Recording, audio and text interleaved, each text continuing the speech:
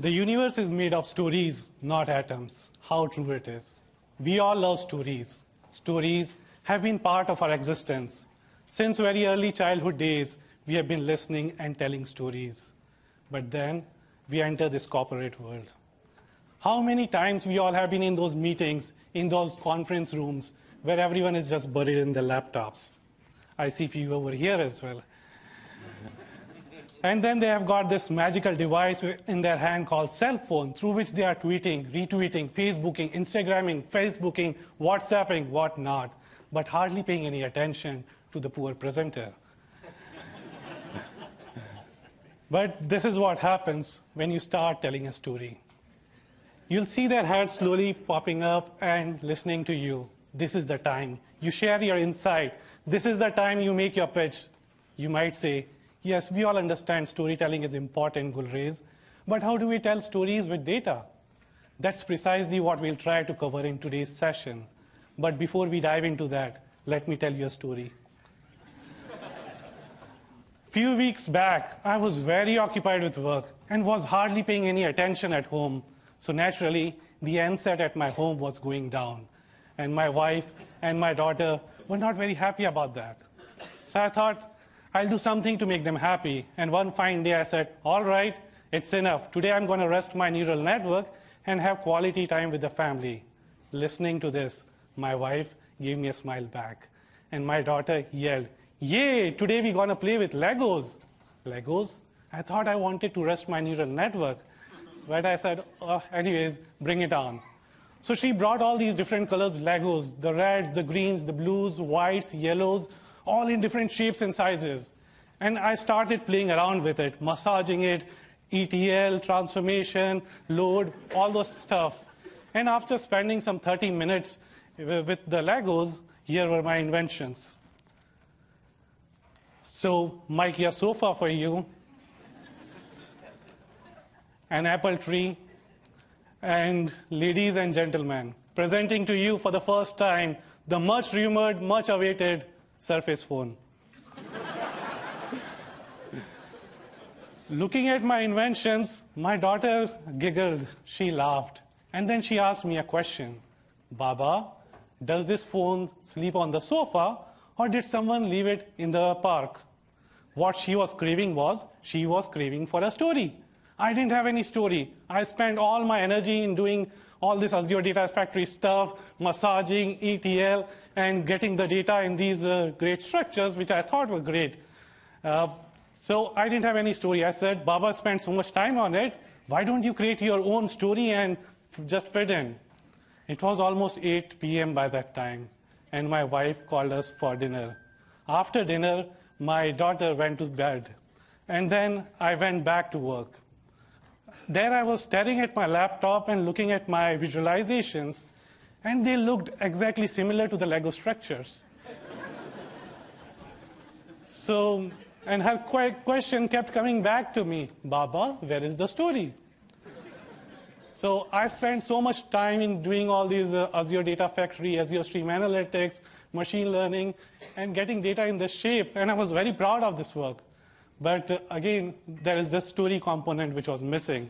And I have left it to the audience or to the business stakeholders to fit in any story you want. And that's when I thought maybe I should do something to figure out how do I tell stories with data. Storytelling with data is like writing a comic book. As you can see over here, the illustrator has done a great job in moving from sequence to sequence and then telling a story in a very few frames. But when we share our visualization, often a single visualization is insufficient to tell the whole stuff. So can we do something similar when we tell stories with data or presenting our data? I'll give a quick demo on that. And okay.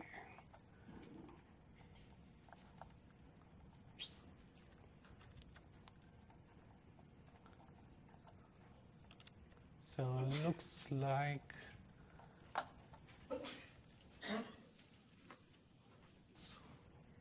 okay, you guys can see it. All right. So this is the data from Bing. And what we have got over here is, I was looking for, so working in the Microsoft Worldwide Learning team, we recently launched a data science track where you can take online courses on edX. And when we were launching this track or this program, I was doing a research on when people search for data science, what are places they go to. And this is just the starting one, the Lego structures that I created. And this is the scratch. There are a lot of problems with this thing. And I don't think I've got enough time to do this, like step by step, showing the transformation. But I'll just quickly show about the panel stuff. And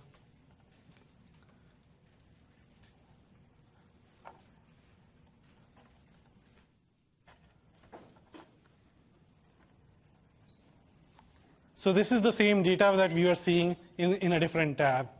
It has got a title which says a few keywords that I was looking for: data science, analytics, big data, machine learning, 2015 and onwards on Bing search. There are panels which I am following, and this is Power BI for your information.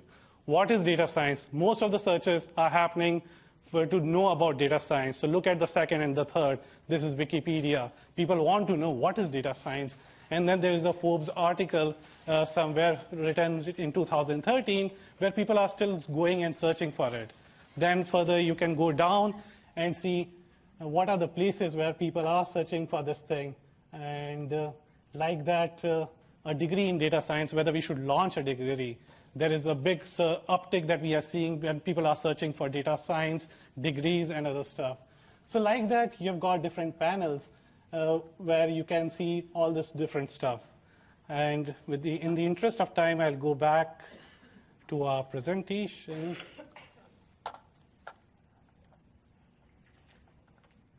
Okay. So that was the first point. And the second point is storytelling with data. Text is your friend. And I'll do another demo over here. And this time what happened was I got a traffic violation ticket. So my wife was again not happy. And okay.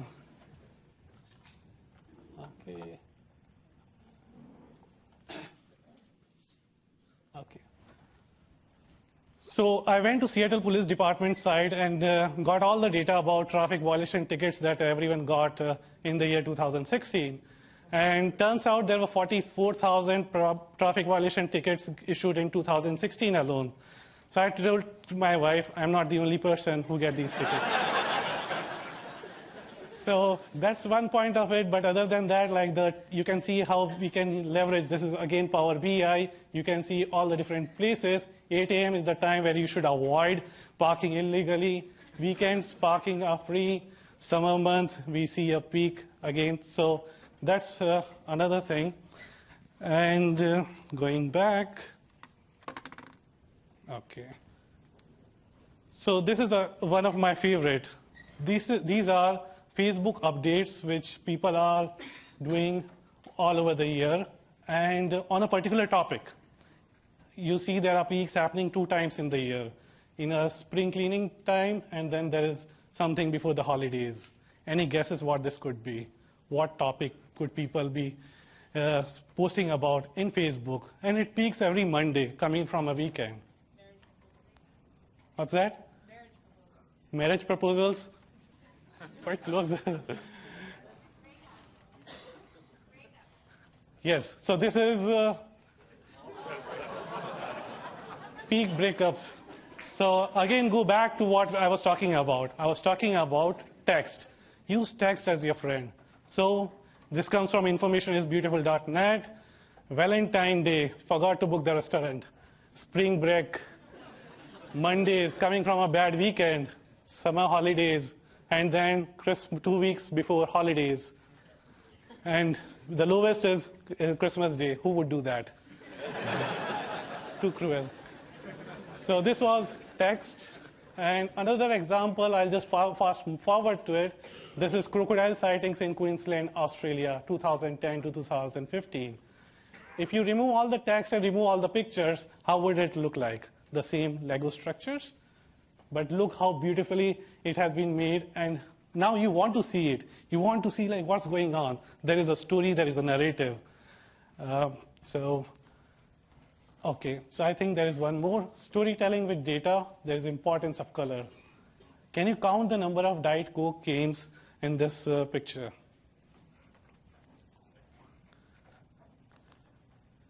How about now? And now? And now? Does it make it easier now? So the reason is that I'm using pre-attentive attributes over here. The pre-attentive attribute that I'm using over here is color and also the position. So like that, when you want to stress on something, the beauty of visualization is not showing everything. It's about showing only what is important. If I want to present some stuff, I want you to look into just this thing. I know you are busy, you want to tweet, you want to Facebook, and I want your attention to just a specific topic in a minimum time. So that's where you've got the Diet Coke example. And the last piece is, I think, animation. This is a tribute to Hans Rosling, if you have seen his TED Talk. Where is my mouse?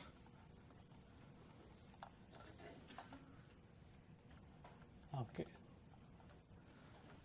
So working in Microsoft gave me an opportunity to meet people from different places. Like even here, I see the different diversity. People coming from different backgrounds, from different countries. But here my story is about Bangladesh. Bangladesh is a very interesting country. If you look at the green dot over here, you'll see it's near India, very small country. But what makes it really interesting is the population size. And how many people? Pay close attention to how I'm using the colors over here. I'm talking about Bangladesh. I want you to look just specifically at Bangladesh. Here you will notice that I'm talking about Bangladesh. So here, Bangladesh is 8th position in terms of the number of population. And then further, what makes it more interesting is the population density. Population density, you'll see there are around 1,100 people per square kilometer in Bangladesh, which is really too much. And you would see India at number 5th spot. 12 years back when I came from India, I was very puzzled. I won't see people over here and in the winter days. And there back home, you would not need a GPS. I thought maybe that's why they created GPS over here, so they can check that out. And then further, I want to show the animation aspect. And what you're seeing over here is, let me just, okay. So for people who don't know, India, Pakistan, and Bangladesh were a single country back a few years back. And now what you see is like they are broken into 3 different countries. By the way, today is the Republic Day for India, so happy Republic Day, India. So what you're seeing over here is you've got the x-axis over here where you've got the children dying before they attain the age of 5. So out of 100, 5, 10, 15, 20, 25, 30 children dying. And on the y-axis, you see children per woman, 2, 3, 4, 5, and goes up to 8. Up till 8 children per woman is what you are seeing. And the bubbles that you are seeing over here are the countries. And again, this is Power BI. What I've done is I've separated this into 2 different sections. There is a section for developing countries, and there is a section for industrialized country. So in the developing countries, you see India, Pakistan, and Bangladesh. The size of the bubble is indicating the population for that country. And 1960, look at what happened in 1960. In 1960, there were 26 children out of 100 dying in Bangladesh, around the same for India and Pakistan. And 7 kids per woman, 6 or 7 kids per woman in 1960. Industrialized world was doing great with US, Japan, Italy, UK less than 4 kids per woman, and then less than 5 children dying out of 100 before they attain the age of 5. What happened next is very interesting. And as you roll into this, but before that, I'll just want to highlight onto Bangladesh. And something very interesting is happening. You see, okay, I think I've highlighted Pakistan. And let's go back. Okay, I think this is Bangladesh. No, still. There you go. Okay, so this is what's happening. 90, 66, 67, this is how things are changing. China came in because we got the data later. After 72, you'll see Bangladesh kind of going down. It's crossing Pakistan. It got independence from Pakistan in 72. It already crossed Pakistan over here. Will it chase India? Will it cross India? It's going fast, fast, fast, fast. And you look at over here, all of them are going towards the industrialized country. 2000, 2001, 2, 3, it has crossed India. Amazing journey. And what you see over here is India, Pakistan, Bangladesh, all are going over here. Amazing journey. Out of 26 kids which were dying from 100, they are now two or three kids dying. So what an amazing improvement that has happened. And again, what I've done over here is I've used animation, and I wanted to talk about just a specific story. I had the data for all the countries, for the world, but my intention was to just talk about Bangladesh. And going back. Yep, so I think I'm out of time. And so basically, I just want to rephrase. When you are doing, producing something, you are telling, sharing data, think about it. It's about humans. They'll get bored when you talk about Bayesian statistics all the time. So think about how you can make it interesting. You can use the different pre-attentive attributes. You can use your personal stories. And even if you get parking violation tickets, do something, make it interesting. And your wife will be happy. Okay, thank you.